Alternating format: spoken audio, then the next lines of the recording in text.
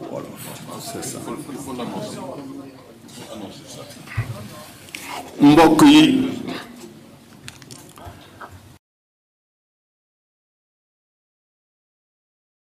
li ñu fi wolof ndax ñu ñuy liggéeyal suñuy làkk lañu gën a dégg làkku tubaab yi ginnaaw nuyoo bi ak sant yàlla gi ak bëgg lool ci teewaayu kilifa yi fi ñëw yépp di sant itam suñu mbokku taskatu xibaar yi nga xam ni ñooy jottali suñuy kàddu askan wi li ñu fi wax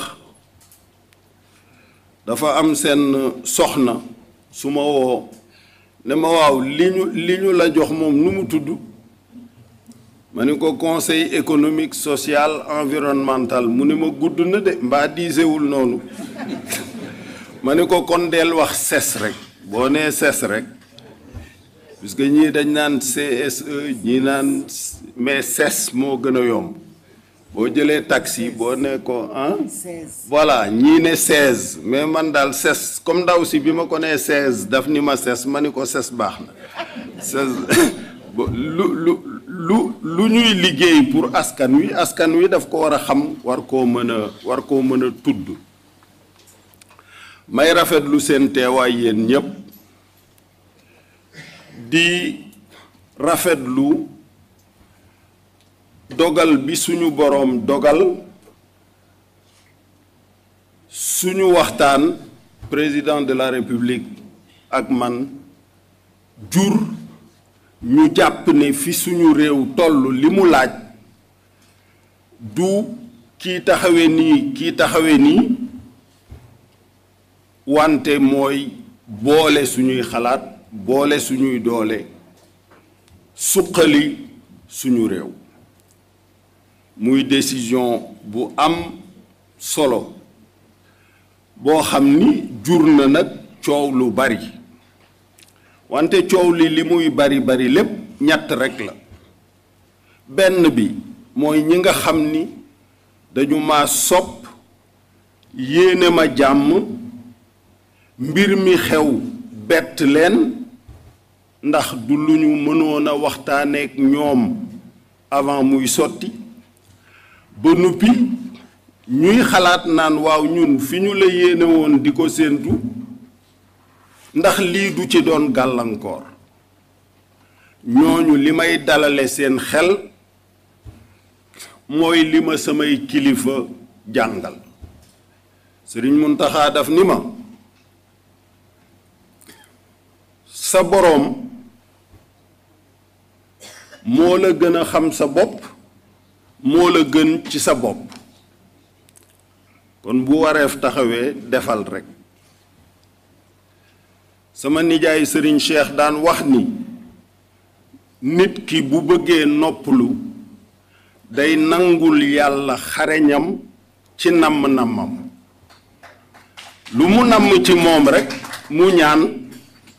mu tàggat xolam nangu loola donc soppe yi nga xam ni dañoo amuk jaaxle ci lii ma def nañu dalale seen xel loolu te xam ni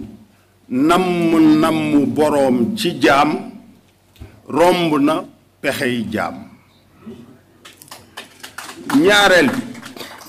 mooy citoyen yi nga xam ni ñoo moom réew mi dénk ko ay nit wax nit ñooñu ñu yoreel leen réew mi ñu xëy gis président de la république woo opposition waxtaan ñu xëy dégg nouvelle ne Idrissa Seck dugg na ci gouvernement bi ñooñu nga xam ni faruñu fenn bokkuñu benn parti li leen ñor mooy waaw ñii lii ñu def ci kaw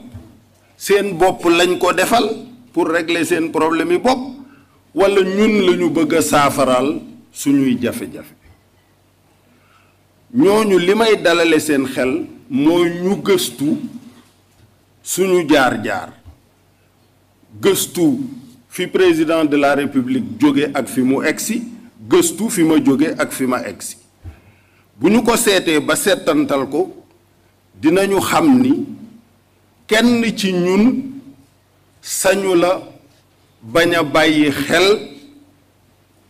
satisfaire besoin population bi na ko Serigne Cheikh daan waxe rek loo xam ci ku umple njariñul jariñe boo bëggee jariñu li ci gën a gaaw mooy nga jariñe boo jariñee rek jariñu kon nag citoyen yi nga xam ni lii seen préoccupation ñoom mooy ñu saafara seeni jafe-jafe nañu dalale seen xel loolu en attendant liggéey bi di jur résultat yi ñu yaakaar ñetteelu catégorie bi indi coow li mooy ñi nga xam ni li ñu def jàpp nañu ne dëppoowul ak seen njariñ walla seen projet ya ñu amoon li ñu def faagaagal na ko ñooña ñaari catégorie ci am catégorie bii ay citoyen patriote lañu yu bëgg Sénégal ni ñu ko bëgge am ay xalaat yu woroo ak suñu yos ñooñu li ñu war a séq ak ñoom mooy waxtaan teg ko ci teggin ak orma ak yar puisque woroo ci ay xalaat tekkiwul noonoo walla tojante bopp Serigne Cheikh daana wax ni Sénégal dañoo mën a xeexale xam-xam yi te duñu leen xeetale te dañoo war a xeetale xam-xam yi bañ leen a xeexale ki nga xam ni am na opinion bu waroo ak sa bos danga koy nangul opinion défendre sa bos danga koy nangul opinion défendre sa bos loolu mooy dundal démocratie mu des ñi nga xam ni nag mooy deuxième catégorie bi ñooñu seen intérêt bopp walla ay intérêt yoo xam ni état bi day dogal lu leen neexul ak lu dëppoowul ak seen intérêt ñu bëgg a jël ay xale yu nekk ci ak ndóol manipuler leen def leen jumtukaay bu ñu xeexee état bi ñooñu dañu war a xam ni nous veillerons politiquement et étatiquement à ce qu'ils ne puissent causer aucun grand mal, seulement une nuisance par leur langue. Il faut que ñu xam ni ñooñu li ñu war suñu diggante ak ñoom mooy fexe ba lu weesu wax ñu bañ a mën a lor réew ndax stabilité bi ñu am ku dawe feneen sa xel Sénégal lay jàpp liy développé koom-koom muy investissement bay di mën na ko firndeel kiy dugal xaalisam ci bërëb di ci yaakaar dara la muy njëkk a xalaat mooy ndax fii ma koy dugal dana tàkk walla du tàkk parce que bu dee day tàkk du ko fa dugal kenn du jël sa alal di ko dugal ci sébb buy tàkk ñaareel bi mooy ndax am na ay opportunité koom-koom ñetteel bi ndax am na sécurité juridique et judiciaire ñeenteel bi bu ma ci dugalee sama ñaar fukk yi kañ laa ciy jotaat te bu ma ciy jotaat ndax day yokk walla day wàññeeku donc kiy investir balaa dugal alalam loolu lay xalaat bu fekkente ne dangaa nekk ci sous-région boo xam ni ñu ne fii mu ngi tàkk fii mu ngi tàkk fii mu ngi tàkk ñu ne ah fii de moom am na jàmm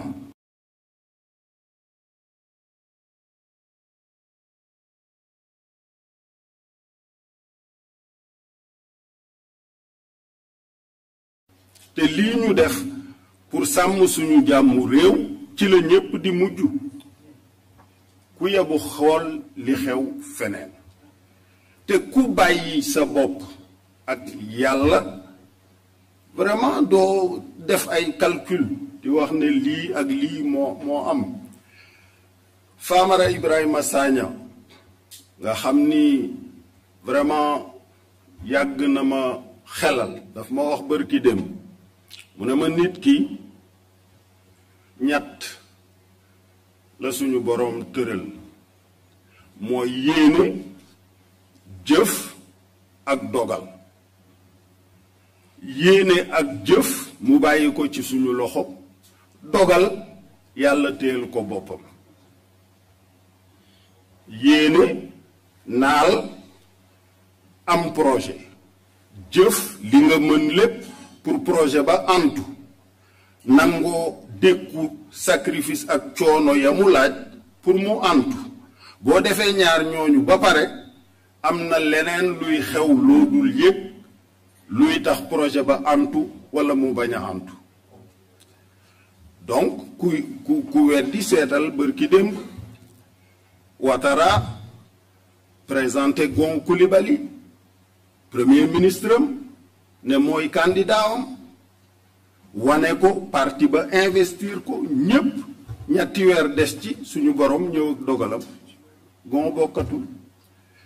kon loolu moom dañ koy war a bàyyi ci loxo suñu borom may digal ñi ñu àndal ñépp ñu bàyyi loolu te concentré wu ci liggéey bi nga xam ni situation bu bees moo am ci àddina bi économie yépp di daanu États-Unis boo fa demee tey ay millions yi nit génn nañ leen seen kër ndax mënatuñoo fay seen crédit bancaire ñu ngi nekk ci chômage te ñoom ñooy première puissance économique mondiale bi mbir mi xewee ñun ñépp a ko yëgandoo puisque suñu doom yi nekk bitim réew pour daan seen doole dimbali seeni waajur fii ñoo njëkk a yëg coono bi transfert yañ daan def muy ñëw Sénégal dafa nërmeelu ba ñun ñoo obligé di leen dimbali ñoom en sens inverse ci projet bi nga xam ni président de la République tëraloon na ko pour ne nañu leen jàppale y compris ñi nekk ci diaspora bi donc situation bu bees boobu bu taxawee nga nekk fi naan bu ma defee lii danaa ci am ay jam-jam danañu ma def nii danañu ma def naa kooku jaaduwul li war rekk mooy futeeku xeex ak situation bi xalaat boole xalaat yi pour tabax suñu réew bu ñu paree ci loolu li yàlla di def moom moo ko xam mu des ma bëgg a leeral askan wi njariñul CES boo amee sa xalaat am sa coono am sa problème au lieu ngay dem ci mbedd mi nangam groupe citoyen bu nekk bu amee 5000 signatures sañ na ko yóbbu CES ne leen sama mbir mi kat xalaat leen ci puisque gouvernement bi tëral na loi sangam wala projet sangam wala programme sangam programme boobu jural na ma loraange sangam bëgg naa ngeen dimbali ma ci mu saafaraw ñu ñëw fii waxtaane ko comme ni ñu ko waxee ak ay experts yoo xam ni non seulement seen xam-xam màcc na ci la ñu daan def mais dañoo liggéey lu yàgg ca loola dama amoon benn professeur bu may wax ne va chercher les matières grises dans les têtes grises parce que dans les têtes grises la matière grise a côtoyé le vécu et l'expérience donc loolu moo nekk fii toutes les organisations professionnelles socio-professionnelles sont ici plus une quarantaine de conseillers nommés par le président de la République plus la possibilité les ressources financières d'accéder à l'expertise extérieure maanaam am nañu moyens yu ñu fekke benn expert ci biti boo xam ni xalaatam ñépp nangu nañu ko ñu ne ko mbir sàngamkat ñëwal dimbali ñu ci bi nga xamee ni séq naa ak président de la République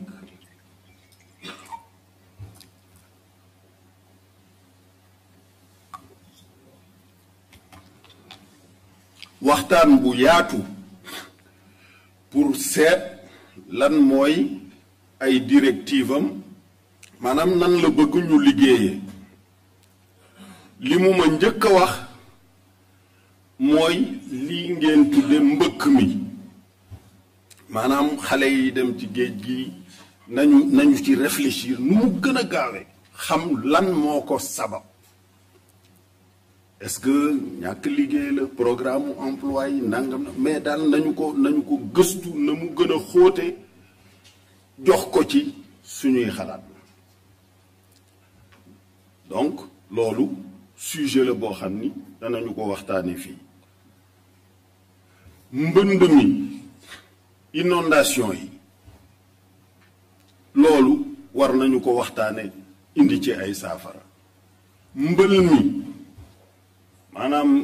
brèche bi nekk Saint-Louis nga xam ni suñu côte beeg yépp mu ngi yàqu Mbuur noonu et cetera changement climatique yi am di indi yooyu nan la ñuy def ba waxtaane ko yooyu ak yeneen donc ëmb boobu ma fa jëlee ca waxtaan wa dama koy jébbal bay di ak bureau bi ñu seet tëral suñuy ordre du jour respecter suñuy procédure def suñuy session organiser ko ci ni ko texte yi tërale texte yi it bi ma laataa egsi yër naa ko muy constitution bi muy loi organique bi muy décret yi nan la tabaxe kër gi ak nan la ñuy liggéeyee yër naa itam ku ci ne ci yéen sa jaar-jaar yër jaar-jaar yi personnel bi foofu ma bëgg fii taxaw tuuti puisque dañu ne Idrissa dafa ñëw dàq ñi def non dama bëgg a leeral ni fii duñu fi def dara lu dëppoowul ak loi passation de service amul ma waroon a jot këyit gu ma wax li ma fi fekk lan laa fi fekk ci compte yi lan laa fi fekk ci meuble yi ak li ses am lépp lan la ki ko yoroon waroon ko bind ci ay këyit signé ko wax date bi mu ko signé paraphé ko loolu fekkuma ko fi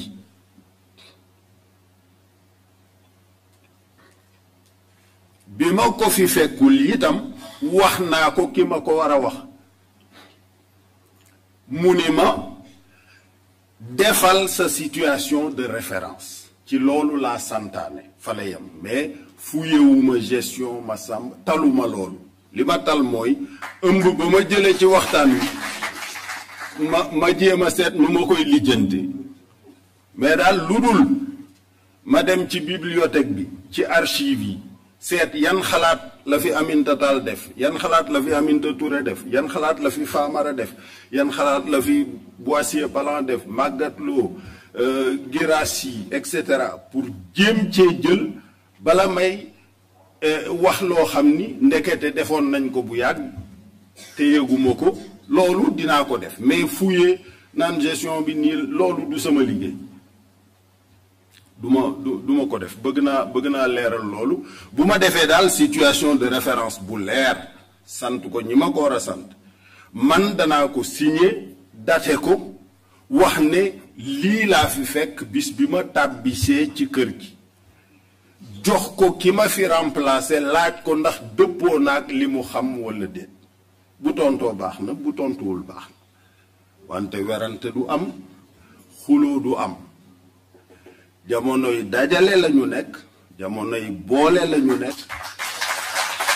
jamonoy jëm ci kanam la ñu nekk donc vraiment loolu bëggoon naa mu leer puisque dégg naa ci ay wax yu bari secrétaire général bii fi laa ko fekk wante duma ne ndax kii ko fi indi kaa ko fi indi dama naan ndax li ma bëgg pour président mi ma wóolu ba teg ma fii dootul amati ci dundam ku mu war a mën a gën a wóolu ndax qualité liggéey bi ma koy jox ñi ma bëgg ñu jàppale ma ci ndax mën nañu ko walla déet bu ñu ko manee rek jeex na bu ñu ko manee du ma nekk di wuti keneen voilà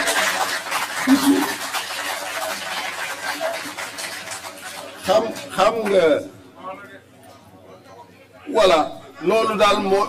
daal moo ci am importance léegi nag ma wax ne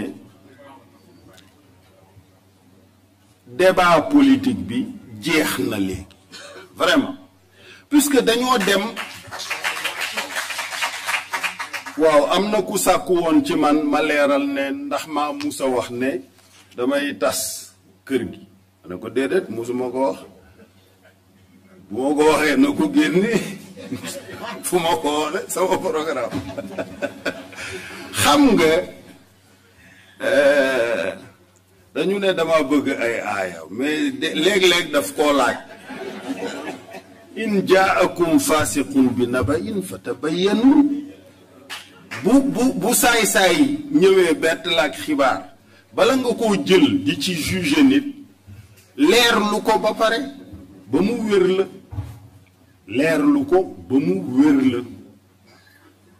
parce que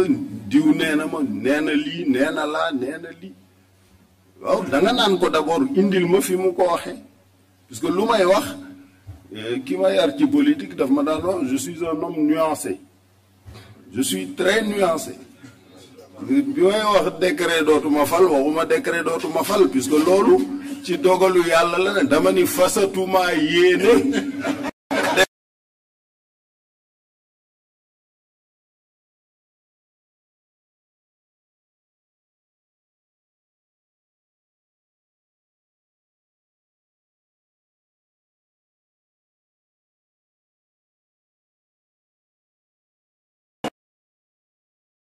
fasatuma yéene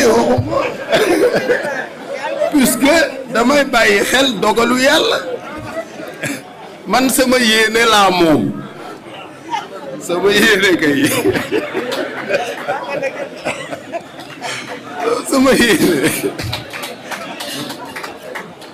sama yéene laa moom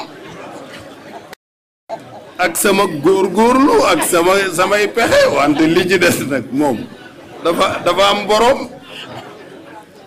donc vraiment suñu mbokk yi ku ñëwati rek ne la Idrissa nee na nee ko fu mu ko waxee rek génneel ba nga déglu bu baax li ma wax puisque dégg c'est très important bu dégg amee déficience xam-xam manqué moo tax yàlla mi xarañ di boole ay turam en général day wax samiun alimun c'est-à-dire l'audient l'omniscient qualité dégg mooy def qualité xam donc da ngeen di déglu vraiment en tout cas ñi ñu sopp daal ànd ak ñun muy njabootu président muy sama njaboot nañu jàpp ni ñun daal dellu nañu mel ni mburoog soow ba ñu nekkoon ba ñu nekkoon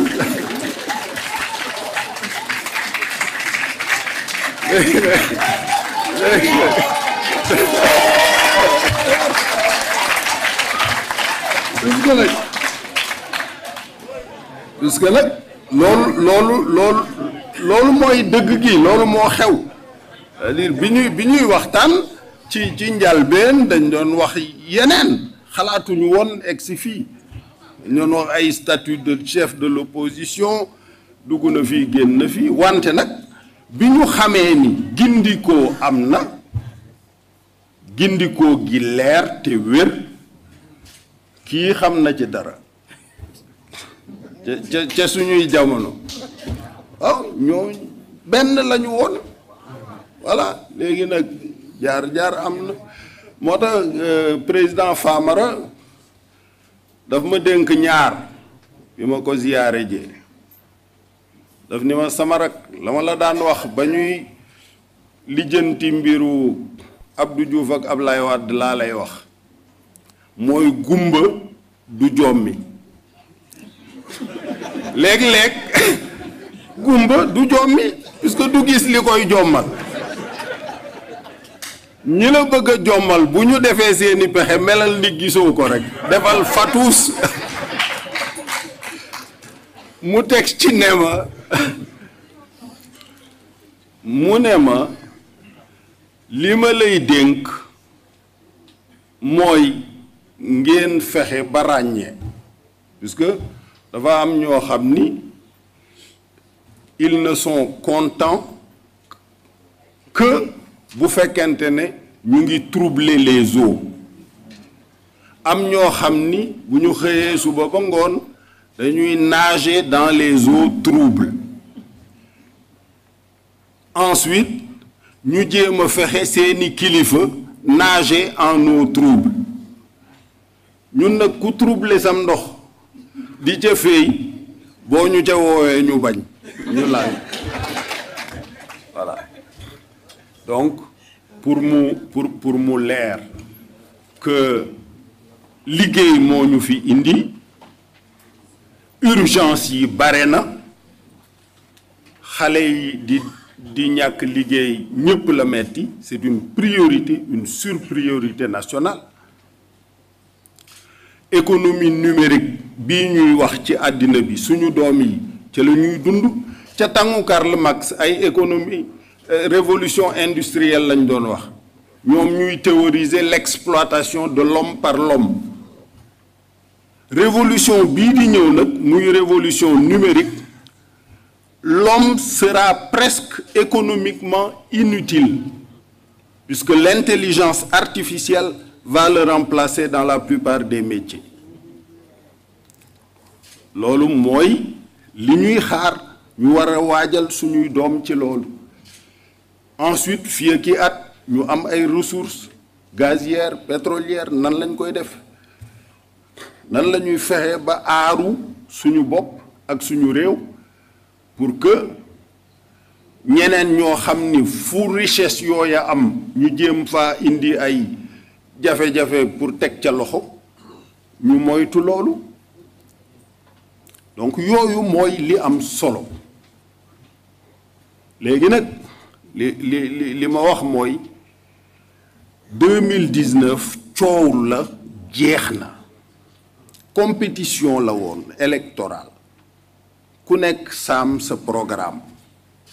ñu ñëw ci sénégalais yi nga xam ni ñooy jënd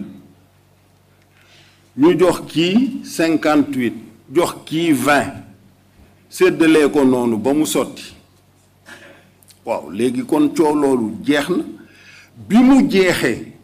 ñeenti candidat yi nekkoon opposition sama kër la ñu daje Ousmane Sonko Madické Niang Issa Sall ak man ñu bind bataaxal ne résultat yi d'accorduñ ci loolu ubbi contentieux électoral maanaam werante ci ndax nangu nañu wala nangu contentieux boobu itam jeex na bi dialogue national ubbee puisque bu ñu neexoon ñu ne du ñu dem dialogue national dañuy dem ci mbedd mi wala ñu xaar ba yeneen élection mais du ñu nangu mais nangu nañu dialogue national donc débat boobu jeex na moo tax ma bëgg moo tax ma insister pour yooyu question ñu xam ni dootuma ci dellu si lu ñuy wax daal na nekk ban njariñ la ñu mën a amal suñu réew lan la ñuy ajouter comme valeur ci problème yi nga xam ni moom la réew mi jànkonteel di sant ñëpp di gërëm ñëpp di gërëm suñu mbokku journalistes yi di wax ne nag léegi liggéey mooy tàmbali avec les membres du bureau et avec l'ensemble des conseillers et avec l'ensemble du personnel du CES li ma wax ci personnel bi itam ci tubaab ma baamtuwaat ko wax ko ci conseil yi mooy daal dinaa fexe ba xëy altine gënal leen noppalu samedi incha allah jërë ngeen jëf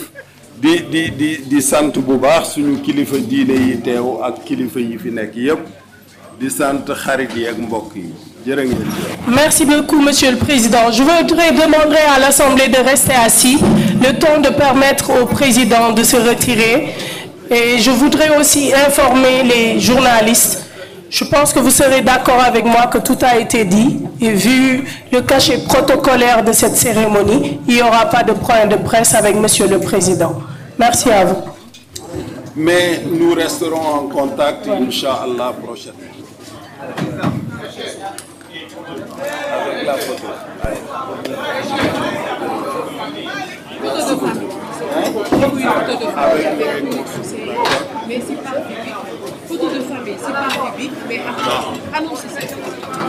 Monsieur les conseillers, Monsieur, dames les conseillers, nous nous retrouvons sur le parvis du Conseil pour la photo de famille avec le Président. Je vous invite sur le parvis du Conseil.